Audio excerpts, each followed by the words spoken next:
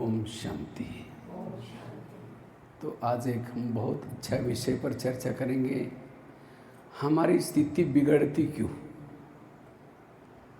और स्थिति हमारी ना बिगड़े, स्थिति हमारी शक्तिशाली रहे, उसके लिए हम क्या पुरुषार्थ करें।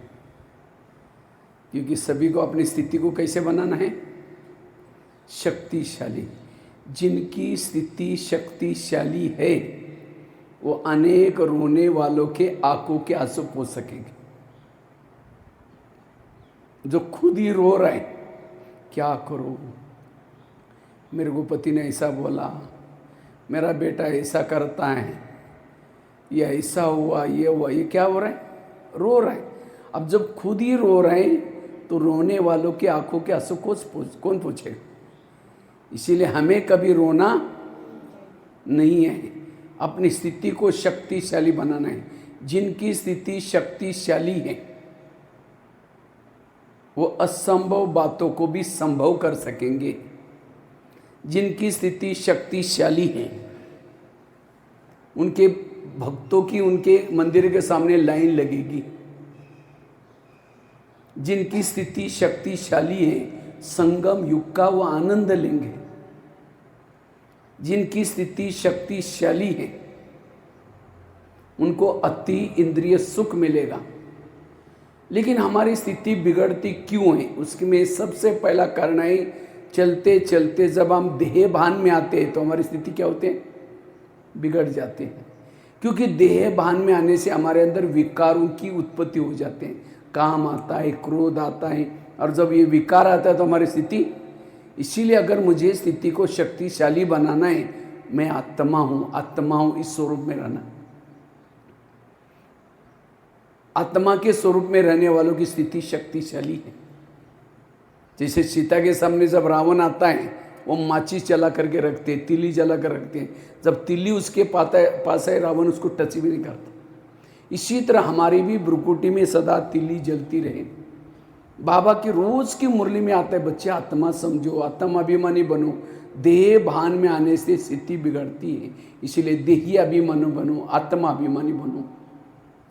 जितना हम आत्माभिमानी स्थिति में है, आंखें खोली है, कान खुला है, देखते भी न देखने की अवस्था रहेगी। जितना आत्माभिमानी स्थिति में है, डर नहीं लगेगा, भय नहीं लगेगा, निर्भय बन जाएंगे।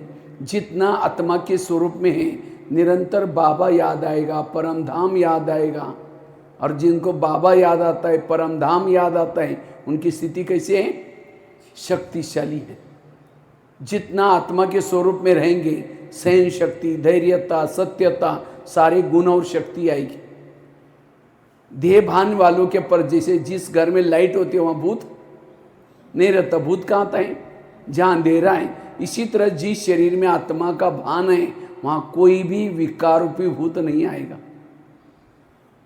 इसीलिए आत्मा का पाठ, इसीलिए जितना आत्माभिमानी स्थिति में रहेंगे हमारी स्थिति कैसी रहेगी, शक्तिशाली रहेगी।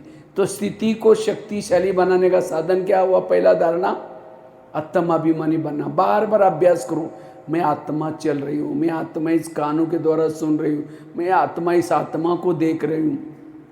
दादियों ने भी यही पाठ पक्का किया, ब्रह्मा बाबा ने भी यही पाठ पक्का किया। तो हमें भी क्या करना है, आत्मा के स्वरूप में रहना है। जो खुद को भूल जाता है, खुदा भी क्या होता है, उसे भूल जाता है। इसलिए आत्मा का अभ्यास करने से हम अवस्था को अच्छी बना सकेंगे।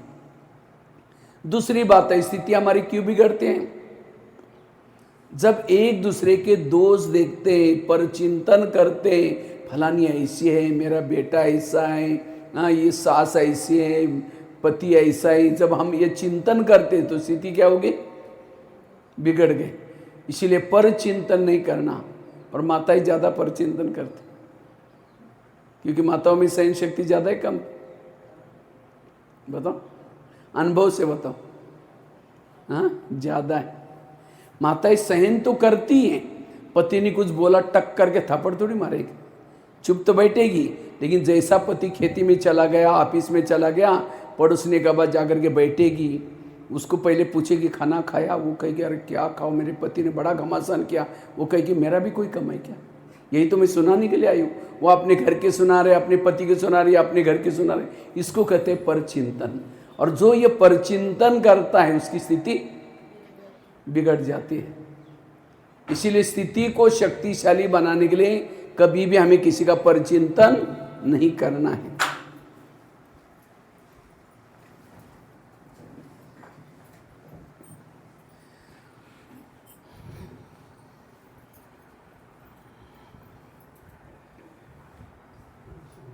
तो परचिंतन करने से स्थिति क्या आती है? बिगड़ जाते हैं। इसमें से कौन कौन ऐसा है बैठा है तो किसी का भी परचिंतन नहीं करता? कोई होगा तो बताओ। झूठ बोले कौवा कट, है ऐसे कोई करता है? परचिंतन कभी नहीं करता। नहीं करता तो हाथ खड़ा करो। सब लोग करते। तो क्या क्या फायदा है बताओ, हम भी करना शुरू कर देंगे। कुछ फायदा है? पानी को लेकर के बिलोते रहेंगे, पानी से कुछ मक्खन निकलेगा? तो परचिंतन करने से हमें कुछ नहीं मिलेगा। हमारा टाइम वेस्ट हो गया, एनर्जी वेस्ट हो गई। अब किसी का परचिंतन करेंगे और शाम को योग लगेंगे तो बाबा प्यार करेगा आपको? अब किसी के घर में जाओ, उनके बच्चे भी बैठे हैं, बाप भी बैठा है, बच्चों को कहेंगे बच्चा ठीक नहीं, नालायक है, ऐसा है वैसा है, और बाप को कहेंगे बहुत अच्छा, आप कितने अच्छे। बाप कहेंगे तुम पहले यहाँ से भाग जाओ, तुमने मेरे बच्चों की अगलानी की, तुम मेरे को अच्छा बोलता है। हर मम्मी पापा को अपने बच्चे क्या होते हैं? प्यारे होते हैं। इसी तरह सारा दिन कहेंगे वो बहन ऐसे, वो भाई ऐसा है, वो ऐसा करता है। सारा दिन परचिंतन करेंगे और शाम को योग में बैठेंगे, मीठे बाबा, प्यारे बाबा, आप शांति के सागर, दया के सागर। बाबा कहेगा मैं भूल गया, मुझे याद दिला रहे, पहले तुम यहाँ से भाग जाओ। तो बाबा कैसे प्यार करेगा? इसीलिए मुझे कि बाबा ने ड्रामा का ज्ञान, कर्मों का ज्ञान, जो हुआ अच्छा, ये सारा ज्ञान किसी लिए दिया है? ताकि हमें किसी के दोष देखना नहीं है। तो जो परचिंतन करता है उसको मुरली भी याद नहीं रहेगी। पूछेंगे आज की मुरली क्या थी? बड़ी अच्छी थी। एक पॉइंट तो बताओ, बहुत अच्छा था। दिमाग से मुरली खिसक गई, क्यों? परचिंतन किए। परचिंतन करने वालों को मुरली याद, ना वरदान ना स्लोगन, कुछ याद नहीं रहेगा, और उसके चेहरे में भी खुशी नहीं होगी। परचिंतन करने से घर का वायुमंडल भी खराब हो गया। जिस घर में परचिंतन की बातें हैं वहाँ लक्ष्मी भी वास नहीं कर सकती। और कहते हैं लोग दुखी क्यों हैं? एक तो अपने दुख से दुखी है, दूसरे के सुख से दुखी है। जो दूसरों को देखता है वो दुखी रहेगा। इसलिए हमें किसी का परचिंतन, कई कहते हैं हम करते नहीं, लेकिन कोई आकर के सुनाता है तो क्या करें? हम तो नहीं करते, लेकिन कोई सुना रहा है, क्यों सुनाता है? हम कहते हैं अच्छा अच्छा अच्छा, और क्या हो? वो उठ के भी जा रहे हैं, बैठो ना, चाय पानी पी के जाओ ना, बताओ क्या और क्या हो बताओ। अब कोई कचरा कचरे की पेटी, वो एक बॉक्स लेके आया, एक टोकरी लेके आया और आपके घर में डालने के लिए आया है, तो आप कहेंगे आपका धन्यवाद, रोज आए करो, और जब पूजा होते वहाँ डालो। कचरा डालने के लिए चाय पानी पिलाएंगे।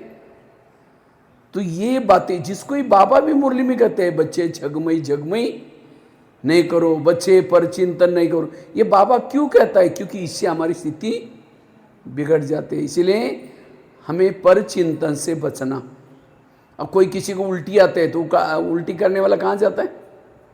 वॉश बेसिन में जाता है और क्या करता है? उल्टी करता है। और जब कोई उल्टी करता है हम नाक बंद करके कहते उधर जा उधर जा, उल्टी देखना भी पसंद नहीं करते। तो इसी तरह परचिंतन भी क्या है? उल्टी है। और कोई क्यों करता है उल्टी? क्योंकि पेट में डाइजेस्ट नहीं हुआ। जो हमने परचिंत व्यर्थ बातें देखी सुनी, ये दिमाग में डाइजेस्ट नहीं हुई और दूसरों को सुनाते हैं। और उल्टी कहाँ करते हैं? वॉश बेसिन में। तो परचिंतन कहाँ सुनाते हैं? कान में। तो कान कोई वॉश बेसिन तो नहीं है ना? वैसा कान का आकार कैसे है? सुंदर सा वॉश बेसिन है। वो भी ऐसा है, तिरछा सा वॉश बेसिन होता है, ये भी वॉश बेसिन है।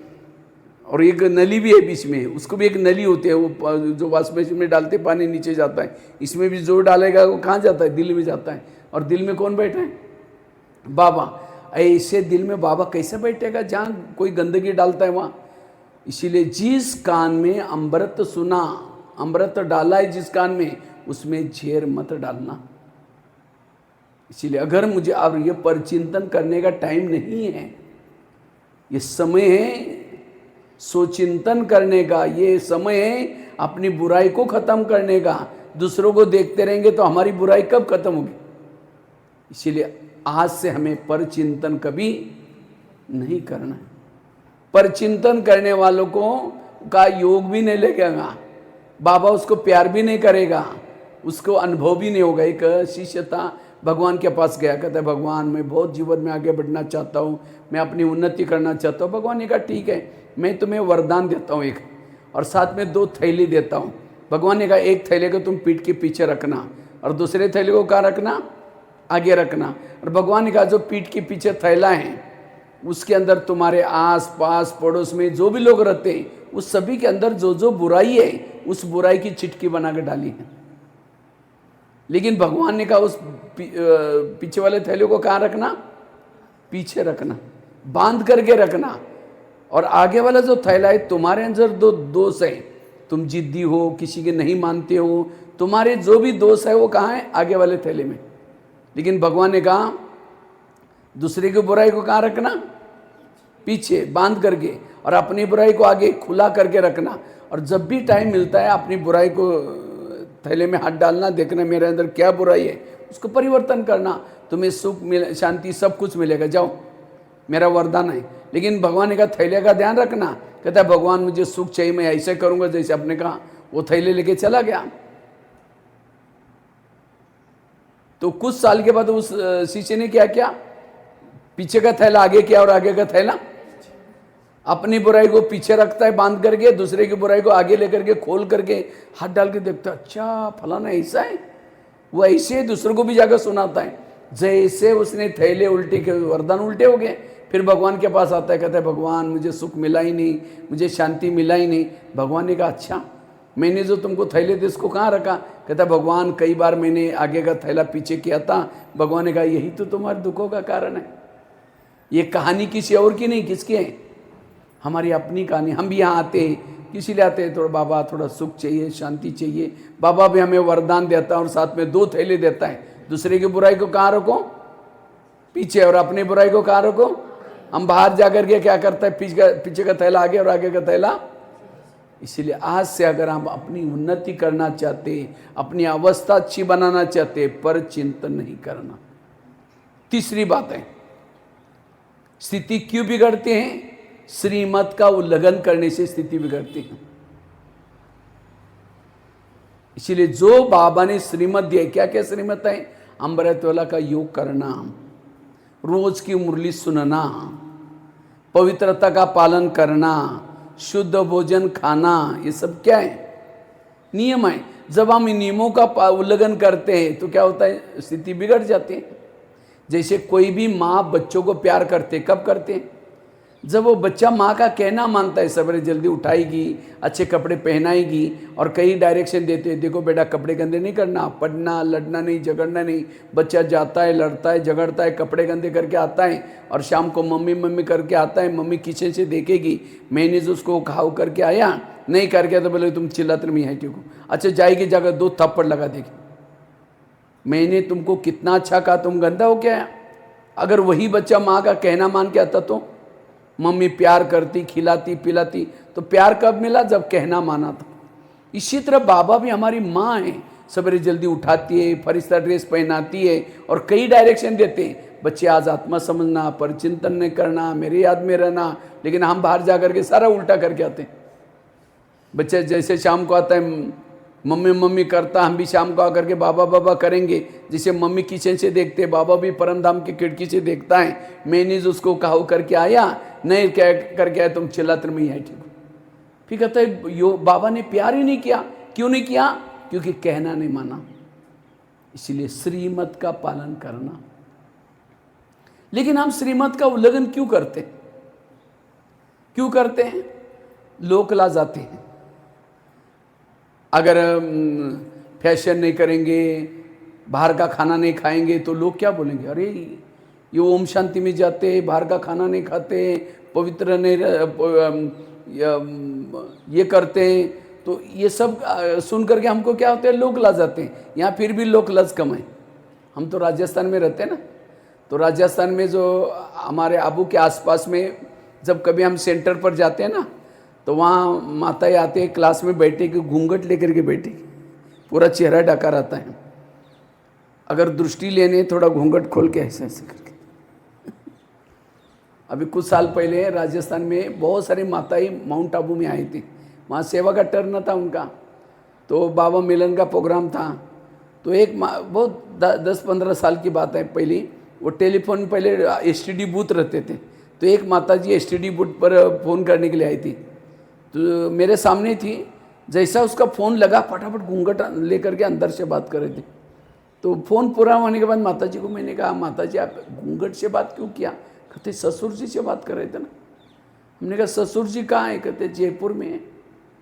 हमने कहा ससुर जी ने वहाँ से देख तो नहीं लिया, तो देखो ससुर जी के लिए कितना बड़ा रिस्पेक्ट है, लेकिन ससुर जी का ससुर जी कौन है? कौन है? शिव बाबा, उसके लिए इतनी लोग ला जाते हैं। अगर अमृतवाला नहीं उठेंगे ससुर जी क्या बोलेंगे? मुरली सुनने के लिए नहीं जाएंगे ससुर जी क्या बोलेंगे? बाहर का खाना खाएंगे तो ससुर जी, वो ससुर जी को कोई लोक लाज नहीं। इसीलिए लोक लाज करनी है तो बाबा की करो। दुनिया में लोग ऐसे हैं, घोड़े पर बैठने में नहीं देंगे, पैदल चलने में नहीं देंगे, यहाँ आएंगे तो भी बोलेंगे, क्या बोलेंगे? अरे कहाँ ओम शांति में जाते हैं, बाहर का खाना नहीं खाते, फैशन नहीं करते, ये कोई लाइफ है क्या? इसीलिए दुनिया में यार खाओ पियो, किसने देखा है? ठीक है यहाँ आना बंद करो, और कल एक पैंट पहनो, एक सिगरेट ले लो, बाल खुले करके गली में घूमो, क्या बोलेगा? अरे कौन सा उतार कर क्या है? कुछ पूजा पाठ करो, कुछ भक्ति करो। वो कर रहे थे तभी बोल रहे थे, और ये कर रहे थे तभी। इसीलिए कहते हैं सुनो सबकी करो अपनी नहीं श्रीमत की। सुनो सबकी करो श्रीमत की। तो जो श्रीमत प्रमाण चलता है वो शक्तिशाली है। सीता कमजोर क्यों बनी? क्योंकि सीता ने क्या क्या श्रीमत में क्या मिलाया? मन मत। श्रीमत में क्या मिलाया? मन में। ये साधु हैं, अगर इनको भिक्षा नहीं देंगे तो नाराज हो जाएगा, श्राप देगा, किसने सोचा? और इसीलिए क्या क्या बाहर आई रावण उसको उठा कर लेके गया। इसी तरह हम भी लोकलाज करेंगे, कमजोर बन जाएंगे। इसीलिए अगर स्थिति को अच्छी बनाना चाहते हैं, जो बाबा ने श्रीमत दी है उस श्रीमत का पालन करना है। इसीलिए कहते हैं सुनो सबकी करो, हाँ करो श्रीमत की, अपनी नहीं। तो दुनिया में कहते हैं सुनो सबकी करो अपनी, अपनी नहीं, ना अपनी ना जन की, करो सुनो सबकी करो श्रीमत की। और जो श्रीमत प्रमाण चलता है वो शक्तिशाली बन जाता है, वो पावरफुल बन जाता है। इसीलिए जो बाबा ने श्रीमत दिया है उन सभी श्रीमत का हमें क्या करना है? पालन करना है। लोक लाज नहीं करनी है। लेकिन कभी कभी हम श्रीमत का उल्टा का अर्थ ले लेते हैं।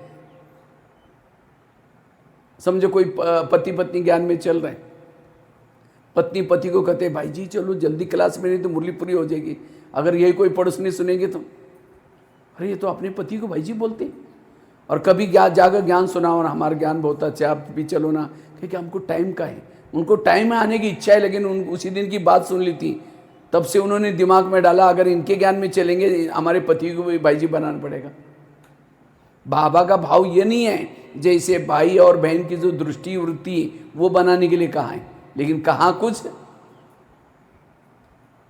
एक भाई ज्ञान में चलता था 1 साल से, एक बार होटल में गया और समोसा मंगाया। समोसा जानते हैं ना, मैदे को बेल करके आलू भरते हैं और तलते उसको समोसा। 1 किलो समोसा मंगाता है, मैदे का छिलका फेंकता है ऊपर से और मसाला खाता है।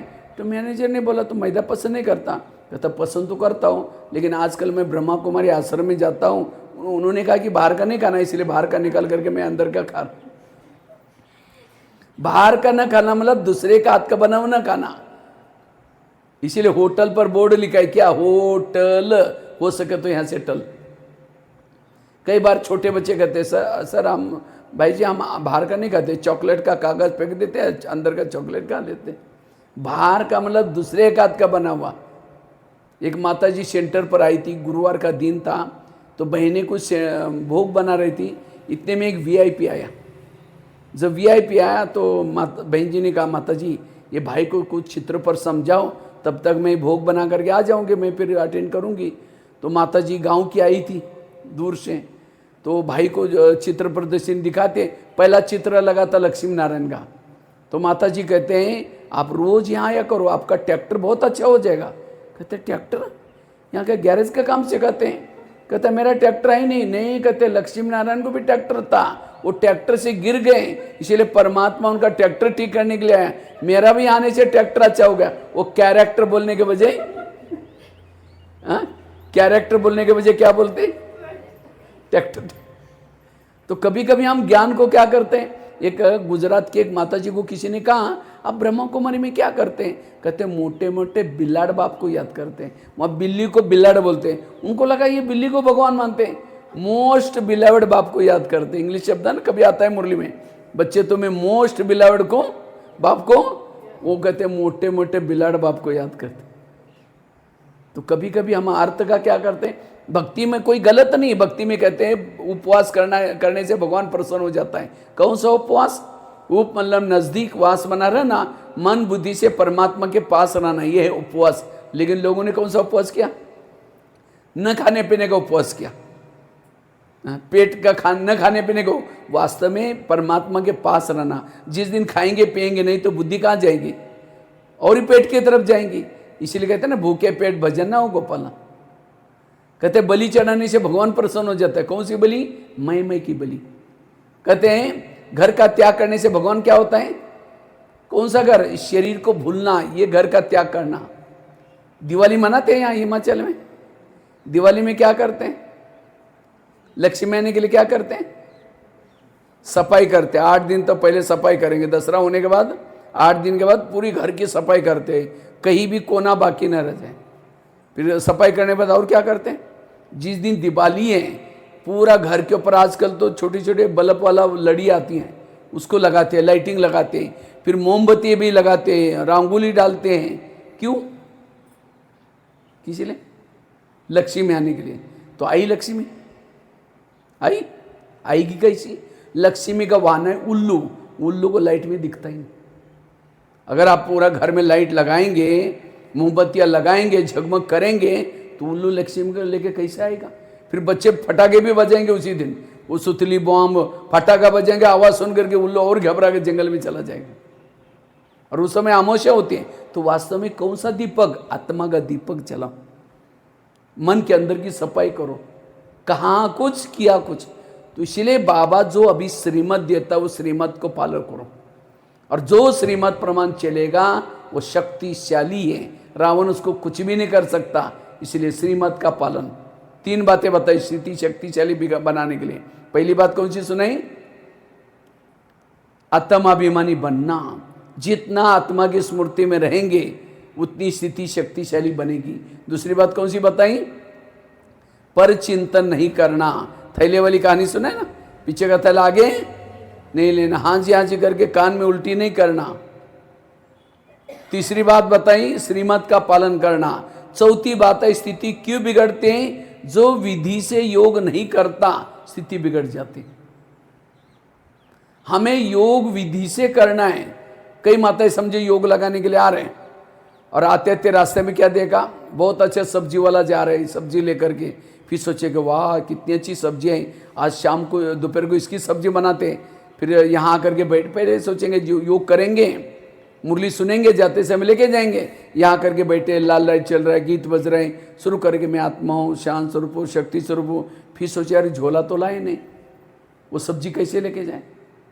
फिर कह ठीक है, उसके पास सब प्लास्टिक का झोला तो होगा ही, मैं आत्मा हूँ, शांत स्वरूप हूँ, शक्ति स्वरूप हूँ। फिर सोचे कि गैस के ऊपर जो दूध रखा था उसको शायद मैंने दूध गैस को बंद किया था, या यहाँ आने के चक्कर में चालू था, बंद किया चालू था। फिर चलो कोई बुझा देगा, मैं आत्मा हूँ, शांत स्वरूप हूँ।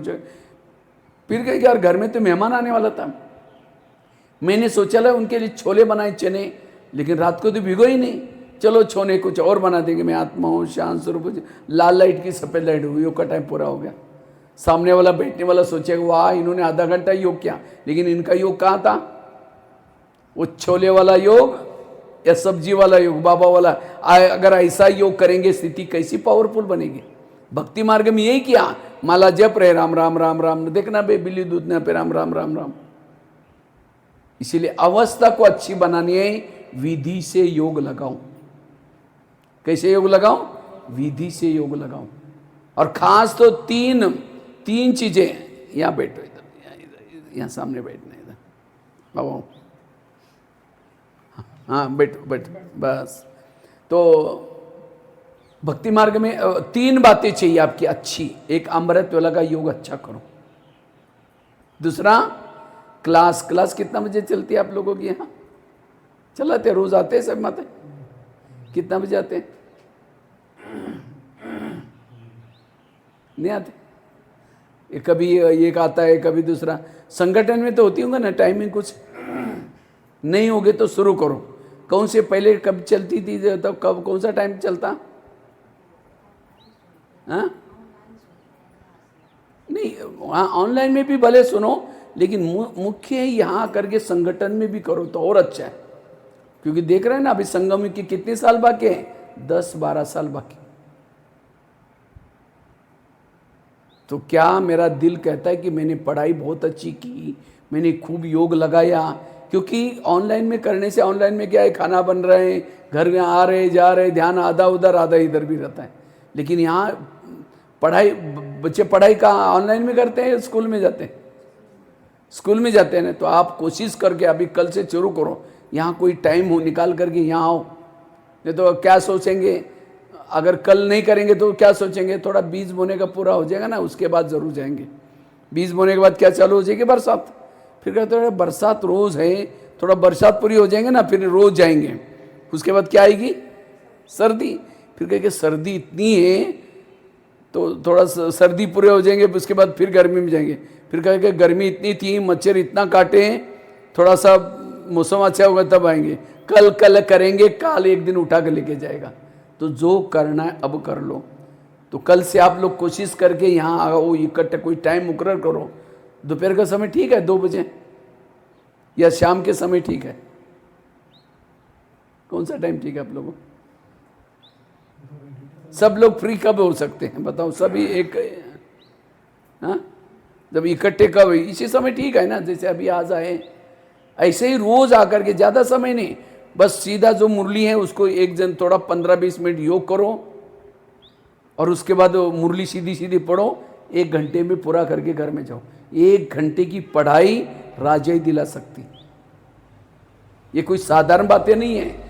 क्योंकि आज टीवी खोलो निगेटिव, अखबार खोलो निगेटिव, हर जगह पर निगेटिव है। तो ये पढ़ाई रोज पढ़ना, इसलिए 3 चीजें करनी है। और अमृत वेला का योग, अमृत वेला करते घरों में? कौन कौन उठता है अमृत वेला? अच्छा 4-5 उठते। अच्छा उठते भी होंगे, अगर उस समय आपका उठ करके कोई आप योग कर रहे थे उस समय का कोई वीडियो बनाया जाए, आप योग कर रहे थे उस समय का, और उसी वीडियो को आपको 10 बजे दिखाया जाए सवेरे का आपका योग का वीडियो है, क्योंकि मेरा है, मैंने ऐसा किया था। दीवार के सारे बैठे मुंह खोला के बंदा,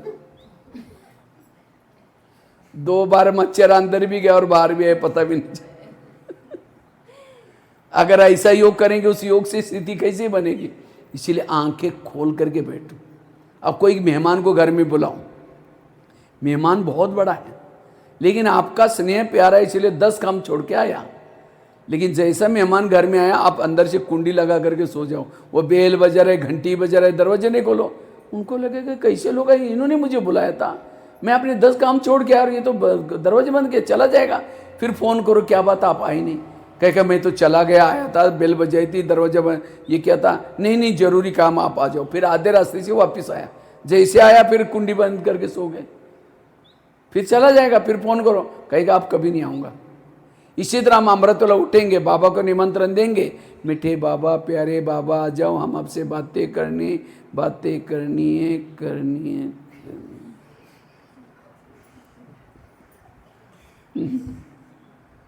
अब उसको तो बुलाया, वो बुलाया तो आया, लेकिन आने देगा इसका दरवाजा तो खिड़की बंद है।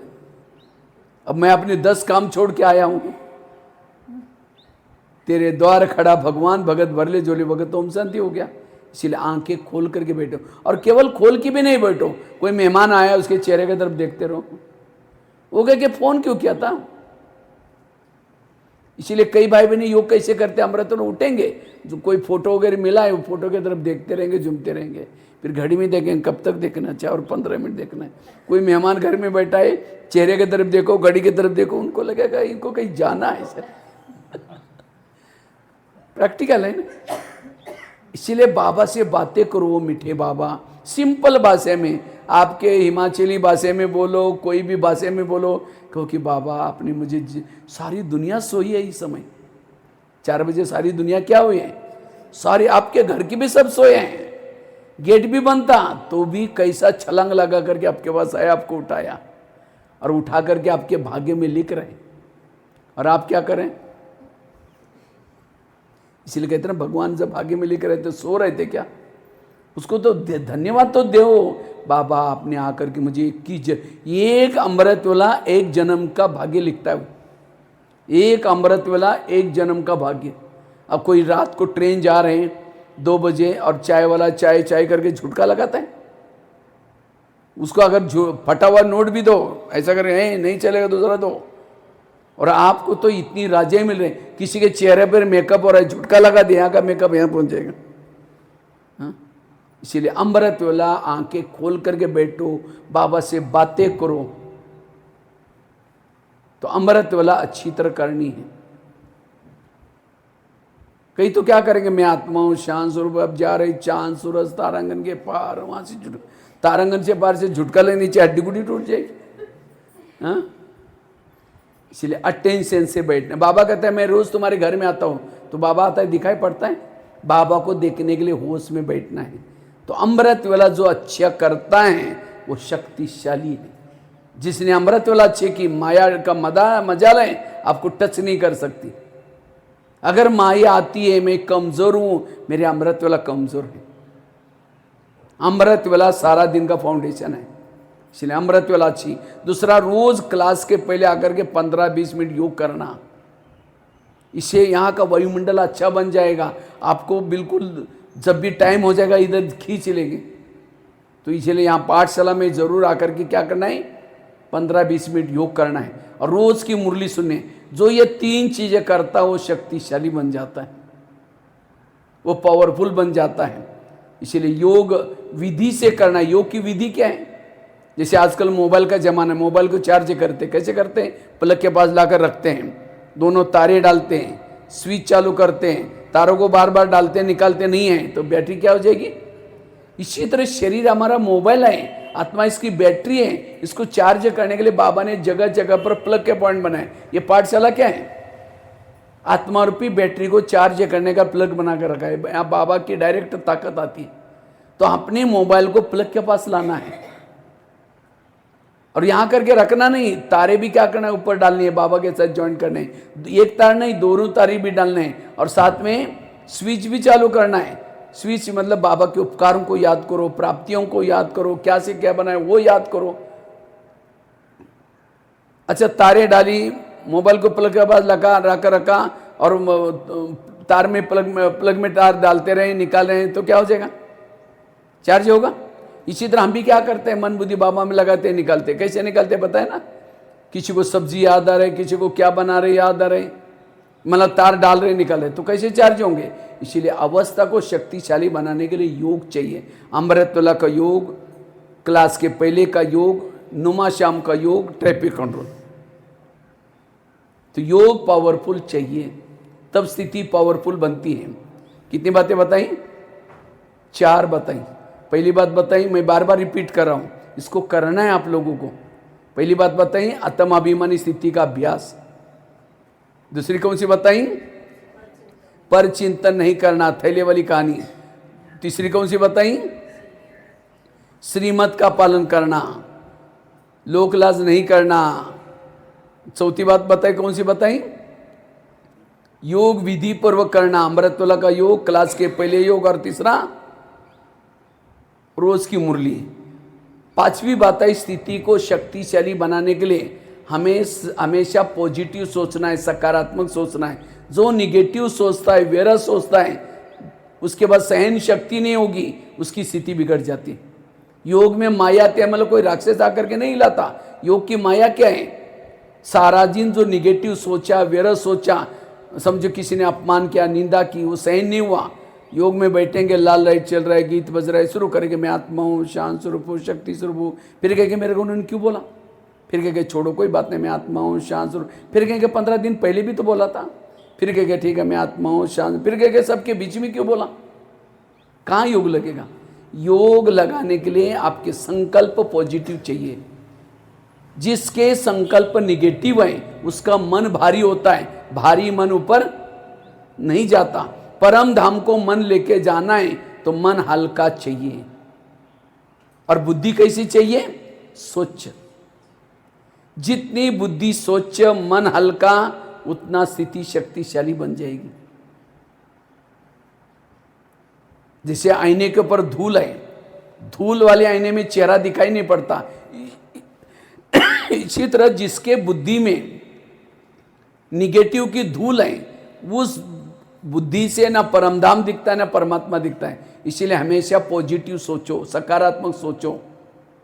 वर्तमान समय जो माया आ रहे हैं वे संकल्प के रूप में आ रहे हैं, और जो जितना निगेटिव सोचता है, जिसके पास सहन शक्ति नहीं, उसकी स्थिति बिगड़ जाती है, वो कमजोर बन जाता है। इसीलिए स्थिति को बनाने के लिए हमेशा पॉजिटिव रहना। जो निगेटिव सोचता है, ज्यादा सोचता है, उसको तनाव पैदा होता है, उसको इंग्लिश में कहते हैं टेंशन। और जिसको तनाव है, टेंशन है, वो योग क्या लगा सकता है। जिस घर में तनाव टेंशन का वातावरण है वहां लक्ष्मी वास नहीं करेगी, वहां बरकत नहीं आएगी, वहां पानी के मटके भी सूख जाएंगे, आपस में संबंधों में कड़वाहट होगी, इतना ही नहीं चेहरे में खुशी नहीं होगी। इसलिए हमेशा पॉजिटिव रहो। सारे ये ब्रह्मा कुमारी का ज्ञान का सारा है पॉजिटिव बनो, सकारात्मक बनो। ड्रामा का ज्ञान, कर्मों का ज्ञान, जो हुआ ये सारा ज्ञान किस लिए, मन को चुप रखने के लिए, शांत रखने के लिए। जो निगेटिव सोचता है उसका दिमाग गर्म हो जाता है, दिमाग में केमिकल उतरते हैं, शरीर की बीमारियां होती हैं। इसीलिए कहते हैं ना, जिसका पांव गरम, पेट नरम, दिमाग ठंडा, उस घर में कोई डॉक्टर है उसको मार दो डंडा। पांव को कैसे रखो, गरम, पेट को रखो नरम, दिमाग को रखो ठंडा। लेकिन आजकल उल्टा होता है, पांव रहते हैं ठंडे और दिमाग रहता है गरम। वॉकिंग करेंगे नहीं, पैदल चलेंगे नहीं। कहीं को लगता है अगर पैदल चलेंगे लोग कहेंगे गरीब है, इनके पास कुछ भी नहीं है, अभी तो गाड़ी भी नहीं लिया है, इसीलिए दूसरों को दिखाने के लिए गाड़ियों में घूमेंगे, स्कूटी में जाएंगे। जो पैदल नहीं चलता उसका ब्लड सर्कुलेशन नहीं होगा, कई बीमारियां होगी। इसीलिए वॉकिंग करना जरूरी है। दूसरा क्या करना है, पेट को नरम रखना है। पनीर की सब्जी है, 4 रोटी खा ली, कद्दू है नाक ही मोड़ दिया, क्या आज मजा ही नहीं आई। जीभ की टेस्ट पेट में वेस्ट। आज हर इंसान खाना बनाता है, इसकी टेस्ट आनी चाहिए, इसको टेस्ट नहीं कहेंगे मजा ही नहीं आई। और जो जीभ को अच्छा लगता है वो पेट को अच्छा नहीं लगता। इसीलिए जो पेट को अच्छा लगता है, क्योंकि ज्यादा समय भोजन कहाँ रहता है, पेट में रहता है। जीभ तो 2 सेकंड में नीचे कर लेती है टेस्ट लेकर के। इसीलिए संतुलित भोजन खाना। और तीसरा क्या करना है, दिमाग को कैसे रखना है, ठंडा शांत। लेकिन आजकल उल्टा होता है, दिमाग रहता है गर्म। आज 70% लोगों को बीमारी हो रही है निगेटिव से। आज किसी को पेट की बीमारी होती है, ईर्ष्या करने वालों को पेट की बीमारी होती है। इसीलिए कहते हैं ना, तो मेरे को देख करके तुम्हारे पेट में जलन होता है क्या। आज किसी का ब्लड प्रेशर बढ़ जाता है, जो बीती भी घटना को याद करता है उसका बीपी हाई हो जाता है। आज किसी को अस्थमा होता है, दमा, कोई भी बातों को पेट में दबा कर रखेंगे, दमे का प्रॉब्लम। आज किसी को दूर का कम दिखता है, दूसरे की बुराई को आंखें फाड़ फाड़ के देखेंगे, दूर का कम दिखाई पड़ेगा। फिर डॉक्टर के पास जाएंगे, कहेंगे डॉक्टर जी मुझे आजकल धुंधला दिखता है। तो डॉक्टर चेक करता कहता आपको नंबर लग गया, चश्मा लगाना पड़ेगा। चश्मा तो लगाया, फिर भी बुराई देखना नहीं छोड़ेंगे, नंबर बढ़ता ही जाएगा। आज किसी को स्पॉन्डिलाइट होता है, रास्ते में जा रहे सब्जी लाने के लिए जा रहे मार्केट में, वो क्या करती है, वो क्या करता है, इधर उधर देखने वालों को स्पॉन्डिलाइट होता है। फिर डॉक्टर के पास जाएंगे, कहेंगे डॉक्टर जी मेरे गले में आजकल अकड़न हो रहे हैं। तो डॉक्टर चेक करता कहता आपको स्पॉन्डिलाइट हुआ। इसका इलाज करके डॉक्टर एक बड़ा सा पट्टा पहनाता है। जब पट्टा लगेगा 6 महीना ना इधर देखेंगे ना इधर देखेंगे, सीधा देखते चलना।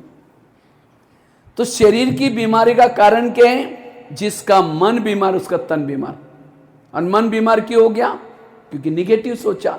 जो निगेटिव है वो कमजोर है, पॉजिटिव है वो शक्तिशाली है। तो हमेशा पॉजिटिव रहना। कैसी भी परिस्थिति हो, पॉजिटिव बनो।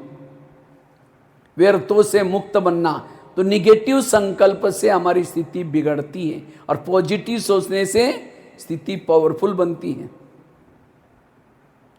आज किसी को शुगर होती है, शुगर कोई मीठा खाने से नहीं होती। टेंशन, क्या टेंशन? मैं इसकी सास हूं, मैं इसका पति हूं, मैं इसकी माँ हूं, इसको मैंने पढ़ाया लिखाया, छोटे से बड़ा किया, जब इसकी शादी भी अपनी पत्नी का मानता है, मुझे नहीं पूछता। ऐसे निगेटिव विचारों से केमिकल उतर है शुगर। जो शुगर होगी तो क्या करेंगे? मीठा खाना बंद करेंगे, टेंशन में आना बंद नहीं करेंगे।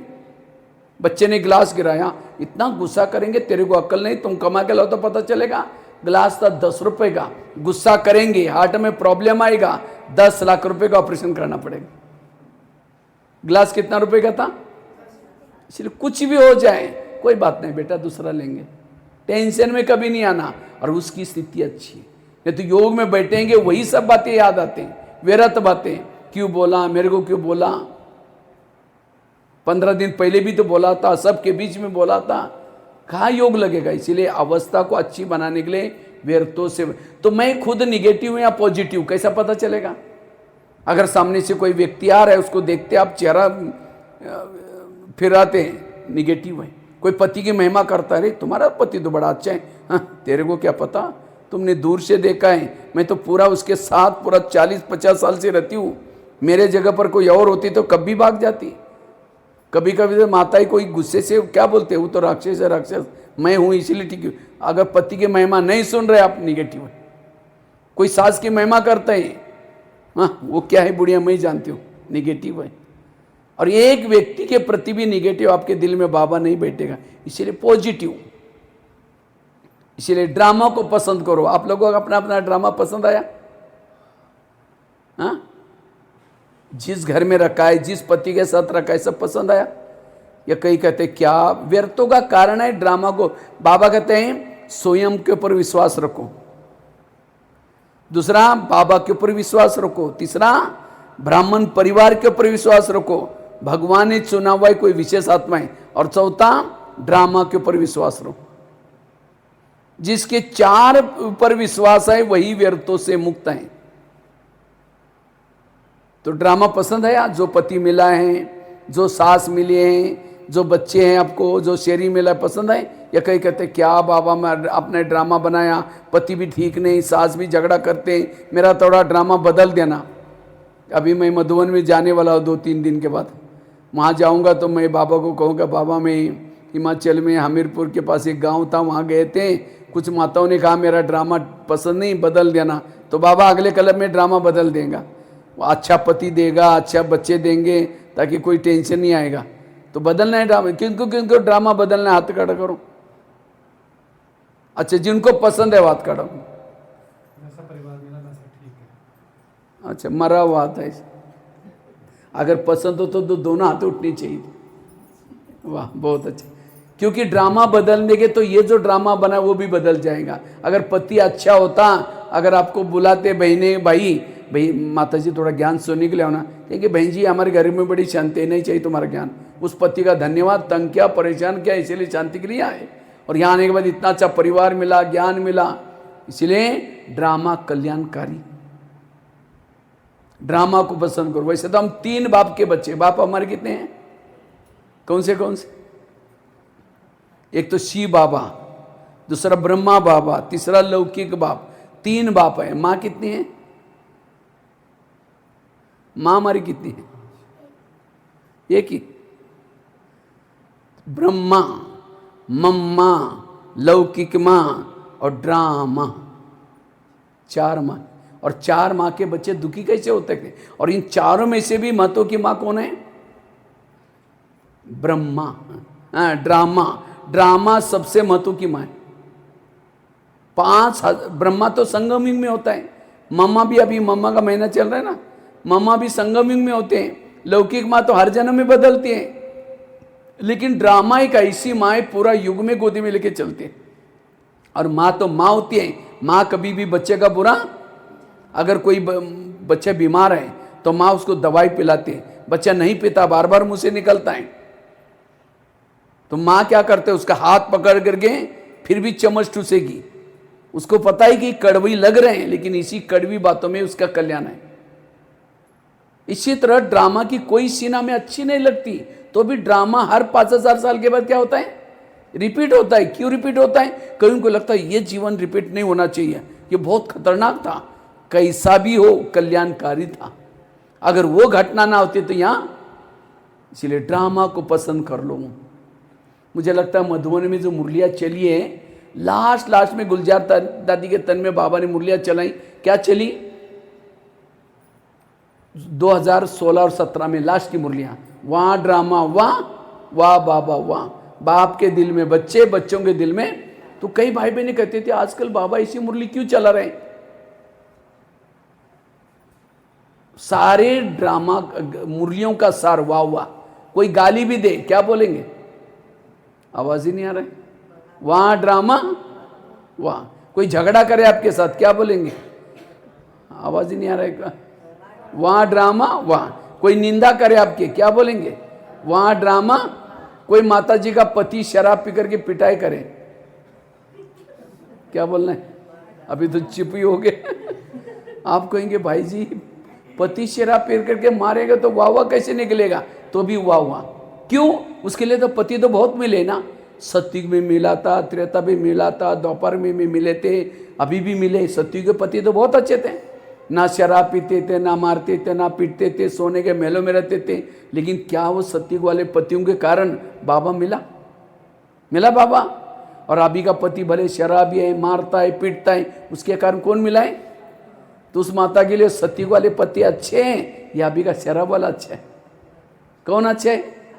ये वाला अच्छा है, क्योंकि इसी पति के कारण 84 जन्म के पति मिलते, प्रॉपर्टी मिलते। संगमी का पति भी अच्छा, संगमी की सास भी अच्छी, संगमी का शरीर भी अच्छा, संगमी के पड़ोसनी भी अच्छे, सब कुछ अच्छा।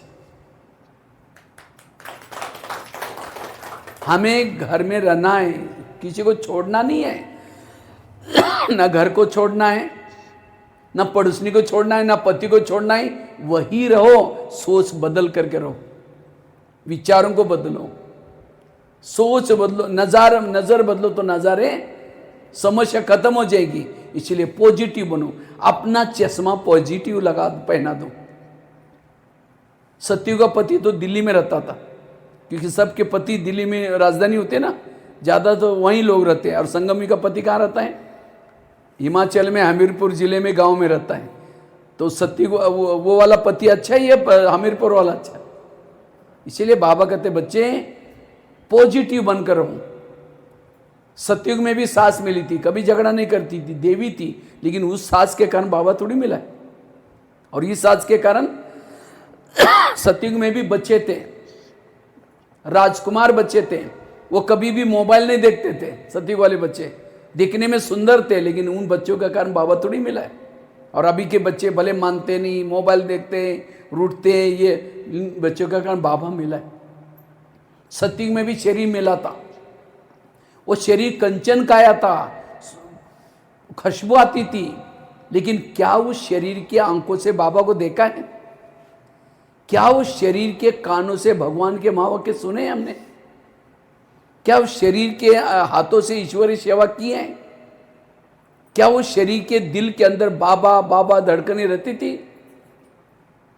वो शरीर क्या काम का जिसने भगवान को ना देखा हो, भगवान के महावाक्य ना सुना हो, ईश्वरीय सेवा ना। इसीलिए बाबा कहते हैं संगम युग का सब कुछ अच्छा। इसीलिए क्या कहो, वाह ड्रामा। और जिन्होंने ड्रामा को पसंद किया उसके मन में कोई विरत नहीं, कोई निगेटिव संकल्प नहीं, वो सदा हल्का रहता है। और जो हल्का है उसकी स्थिति शक्तिशाली है, व्यर्थों से मुक्त है। इसलिए ड्रामा को पसंद करो। कुंती के और संगम युग में महान भाग्यशाली कौन है? जिनके जीवन में प्रॉब्लम ज्यादा, समस्या ज्यादा, विघ्न ज्यादा, वो बड़े भाग्यशाली हैं। कुंती के सामने कृष्ण जाता है, कहता तुमको मैं भक्ति का फल देने के लिए आया हूँ, तुमने युगों युगों तक बहुत भक्ति की, बताओ तुमको क्या भक्ति का फल चाहिए? सोना चांदी जो भी मांगो सारी इच्छाएं पूर्ण होगी। तो कुंती कहते मुझे सोना चांदी नहीं चाहिए, मुझे जीवन में समस्या चाहिए। तो कृष्ण कहता है तुम्हें क्या मांग रहे? तथास्तु, तुम्हारी जो भी इच्छाएं पूर्ण हो जाए। फिर आगे तुमने समस्या क्यों मांगी, सोना चांदी क्यों नहीं मांगा? कहते समस्या होगी, आप सदा मेरे साथ में रहेंगे और आप मेरे साथ में रहेंगे, यही मेरा ये है, भाग्य है। तो जिनके जीवन में समस्या है, प्रॉब्लम है, कौन याद आएगा? बाबा। इसीलिए बाबा कहते हैं समस्या से कभी भी घबराओ नहीं। कभी कभी बाबा बांधीली माताओं को याद करता है। बांधीली माताओं का पद ऊंचा है। क्यों? जब पति तंग करता है, परेशान करता है, उसको कौन याद आता है? बाबा। वो भी दिल से बाबा याद आता है, इसीलिए उनका पद ऊंचा है। और जिन माताओं को पति तंग नहीं करता, बहुत प्यार करता है, उन माताओं को योग किसे लगाए? किसे लगाए? पति से। और जिसका योग पति से, उसका पद कुछ भी नहीं होगा। तो पति तंग करने वाला चाहिए, प्यार करने वाला चाहिए? बताओ। हाँ, तंग करने वाला। जितनी समस्या विघ्न, उतनी हमारी लगन ज्यादा बढ़ते हैं। इसलिए विघ्नों से कभी भी घबराना नहीं है, विघ्नों से पॉजिटिव रहो। इसलिए जो सदा सहनशील है, जो सदा पॉजिटिव उनकी स्थिति है। इसलिए माताओं को क्या बनना है? शिव शक्ति बनना है। कौन शिव शक्ति बन सकते हैं? जिसके पास सहन शक्ति है। और सहन करने के लिए ड्रामा की पॉइंट याद रखना चाहिए। दूसरी बात है कर्म गति को याद रखो। जो हुआ अच्छा हुआ, जो हो रहा अच्छा, जो होगा वो भी। जो कर्म गति को, आज आपको सहन क्यों नहीं होता? कभी व्यर्थ क्यों चलता है? कई कहते मैं इसके रास्ते में कभी जाती नहीं, इसका कुछ बुरा किया नहीं, फिर भी ये मेरे साथ ऐसी क्यों करती है? ये पति मेरे, मैं कितना काम करती हूँ, मरती रहती हूँ, तो भी मेरे को बोलता ही रहता है। कब तक मुझे सहन करना है? टाली कभी एक हाथ से, टाली के लिए दुआ चाहिए। आज भले आपने उसके रास्ते में गए नहीं, जन्म में नहीं गए, कभी तो गए हैं। यह एक बहुत बड़ी ड्रामा की सीक्रेट बात आपको सुनाता हूं। आपके घर के जितने भी लोग हैं, कोई आपको देने के लिए, कोई आपसे, और जिन्होंने लेने देने के बात को समझाओ को, उसको कभी भी तनाव टेंशन नहीं आएगा। आपको जो सास मिली है पिछले जन्मों के कर्मों के आधार से मिले, पति जो मिला है पिछले जन्मों के कर्मों, बच्चे भी मिले पिछले जन्मों के कर्मों के आधार से मिले। और ये ज्ञान न होने के कारण कई हम कहते हैं, समझो कोई सास है, बहू को तंग करते, परेशान करते, बहू को तनाव टेंशन आ रहा है, और सास और बहू का पिछले जन्म दिखाई जाए तो, और जो बहू है पिछले जन्म इसकी सास थी, और जो सास है वो कौन थी? बहू। इसीलिए कहते ना सास भी कभी बहू थी। अगर आपका पति आपको तंग करता है, कितना भी काम करते, इसका मतलब मैंने भी कोई जन्म में उनको तंग किया था। जिस दिन तंग किया उसी दिन योग में बैठो, बाबा को, बाबा आज इनके साथ का मेरा काफ़ी हिसाब चुकता हो गया, इनको जल्दी बोलो कि अच्छे और तंग करो, ताकि मेरा हिसाब जल्दी चुकता हो जाए। ये है पॉजिटिव, ये है सहन करना। नहीं तो कई कई दुआएं बदुआई देते, इसका तो ऐसा हो जाए, ये हो जाए। डिस्टर्ब नहीं होना है कभी भी, सहन करना सीखो, तब हमारी स्थिति पावरफुल होगी। इसीलिए कर्म गति को समझना। आज माँ बाप ने होटल नहीं देखा, पैसा पैसा इकट्ठा किया, और बच्चा कोई ऐसा पैदा हुआ, गलत संगत में जा रहा है, नशा कर रहा है, वो बच्चा कौन है? पिछले जन्मों का हिसाब। जो हुआ अच्छा हुआ। मेरे जीवन की हर घटना में, कल एक रामायण की घटना सुनाता हूँ। राम राजा बनने वाला था, रात में आकर के मंथरा ने कई कई को दो चार उल्टी बातें सुनाई। तुम्हारा बेटा भी तो है, तुम बेटे को छोड़ करके राम को राजा बना रहे। ये बातें सुन करके राम को राजा बनाने के बजाय 14 वर्ष वनवा में भेजा। सीता गई, लक्ष्मण गया, तीनों भी घर से चले गए। वियोग के कारण दशरथ ने प्राण त्यागा। खाने का प्रॉब्लम, सोने का प्रॉब्लम, घास में सोए, किसके कारण? मंत्रा के कारण। तो मंत्रा को जो भी देखेगा उसकी भावना अच्छी चलेगी बुरी चलेगी। मैं खुद जब रामायण देखता था, मंत्रा को देखते मैं कहता इस बूढ़े को उसको नहीं देखना। लेकिन एक दिन मैंने जब सोचा, पता चला मंत्रा ने राम के साथ जो किया वो अच्छा क्या। अगर रात में ना आती, राम क्या बन जाता? राजा। राजा बनता तो जंगल में नहीं जाता, सीता की चोरी नहीं होती, रावण को ना मारता। रावण को ना मारता, राम की महिमा कोई नहीं गाता। राम की महिमा किसके कारण? मंत्रा के कारण। इसी तरह हर एक के घर में, आसपास में भगवान ने एक दो मंत्रा रखी, और आज जो हम तनाव टेंशन में आते हैं उसी मंत्रा से। राम के मंत्रा ने राम का भला किया, आपकी भी मंत्रा क्या करने वाले? इसलिए जो हुआ अच्छा हुआ, जो हो रहा अच्छा, जो होगा वो भी ऐसे पॉजिटिव रहना। और जो पॉजिटिव है, व्यर्थों से मुक्त है, वो उसकी स्थिति शक्तिशाली है। इसलिए कभी भी हमें डिस्टर्ब नहीं होना है। इसलिए कर्म गति, कितनी बातें बताई? 5 बातें। स्थिति को शक्तिशाली बनाने के लिए पहली बात, आत्माभिमानी बनने का अभ्यास। दूसरी बात कौन सी बताई? पर चिंतन से बचने का पुरुषार्थ, थैले वाली कहानी बताई। तीसरी कौन सी बताई? श्रीमत का पालन करना, जो भी हमें श्रीमत मिले श्रीमत प्रमाण चलना। चौथी बात कौन सी सुनाई? विधि से योग लगाना, विधि से। और अमृतवाला का योग अच्छा, क्लास के पहले योग, और तीसरा मुरली रोज सुनना। और पांचवी कौन सी बताई? व्यर्थों से मुक्त बनना, सहनशील बनना, और उसके लिए सदा सकारात्मक रहना। और सकारात्मक रहने के लिए ड्रामा को पक्का करना, जो हुआ अच्छा हुआ, निगेटिव को क्या बना दो। अब समझिए यहाँ आकर के बैठे हैं, अब यहाँ से घर में जाते जाते बोलना लोग शुरू करेंगे, हाँ ओम शांति में जाते हैं, घंटों तक वहीं बैठ के आए, वहीं जा करके वहीं रहो। अब ये बातें सुनते तुरंत डिस्टर्ब हो जाएंगे, इसीलिए पहले से पक्के करके जाओ। अब मैं घर में जाऊंगी, जाती मेरी पूजा हो जाएगी। कोई देवी की पूजा होती है, देवी क्या करते हैं? आपको भी कोई बोलना शुरू करेगा, आप भी क्या दो आशीर्वाद में, हासिल नहीं तो और चिढ़ जाएंगे। बड़ी देवी बन के आए, शक्ल आने में जाकर देख ले, मन से कहो कि बाबा इनका कल्याण करना। आज हम कितनी अच्छी अच्छी बातें सुन के आए, अगर ये भी उस कार्यक्रम में होते तो उनका भी दिमाग शांत होता। इनको कितना डायबिटीज है, कितना गुस्सा करना पड़ता है। वो आपको बोल रहे हैं लेकिन आप पॉजिटिव, ये पॉजिटिव। निगेटिव को क्या बना दो। एक महाराष्ट्र में एक संत थे जिनका नाम था तुकाराम महाराज, वो बड़े भक्ति करते थे। लोगों ने उसको मना किया, तभी छोड़ा नहीं। एक दिन सभी लोगों ने पकड़ करके उस संत के गले में सब्जी की माला पहना दी। बैंगन, टमाटर, आलू, मटर, मिर्ची, मुंह काला किया, बाल उतर करके हल्दी लगाई, गधे पर बिठाया, गली गली में घुमाया। इतना ही नहीं, घर के सामने लाया, पत्नी को बुलाया। जब पत्नी देखती है मेरे पति के साथ ऐसा किया, सबको गाली देती है। जब गाली देते तुकाराम महाराज सब्जी की माला दिखा करके कहते हैं इनको गाली क्यों दे रहे? ये लोगों ने अपने लिए 8 दिन के लिए सब्जी ला कर दिए। निगेटिव को क्या बना दिया और कहा इनको गाली मत देना। हमारे जब शादी हुई थी समय बारात नहीं निकली थी, ये लोगों ने हमारी क्या निकाली? बारात। और कहा इनको गाली मत देना। जब मुझे घुमाने के लिए लेके गए थे, धूप बहुत तेज थी और तेज धूप में लोगों ने पाँव में कुछ नहीं पहना था, सबके पाँव में छले पड़े होंगे, मुझे कुछ नहीं हुआ, मैं आराम से पर गधे पर बैठा था। बुराई को क्या बनाया? जो बुराई को अच्छाई में बनाने की कोशिश करता है उसके बाद सहन शक्ति आते हैं, वो तनाव टेंशन से बचता है, वो पॉजिटिव रहता है, वही शक्तिशाली। निगेटिव को पॉजिटिव बनाने वाला हर व्यक्ति के साथ एडजस्ट करके चलता है। पानी में भी रेत में भी पानी निकाल सकता है, असंभव बातों को संभव कर सकता है, वो है शक्तिशाली। ये जीवन जीने की कला है। इसलिए शक्तिशाली स्थिति बनाने के लिए 5 बातों का अभ्यास। ठीक है, ओम शांति।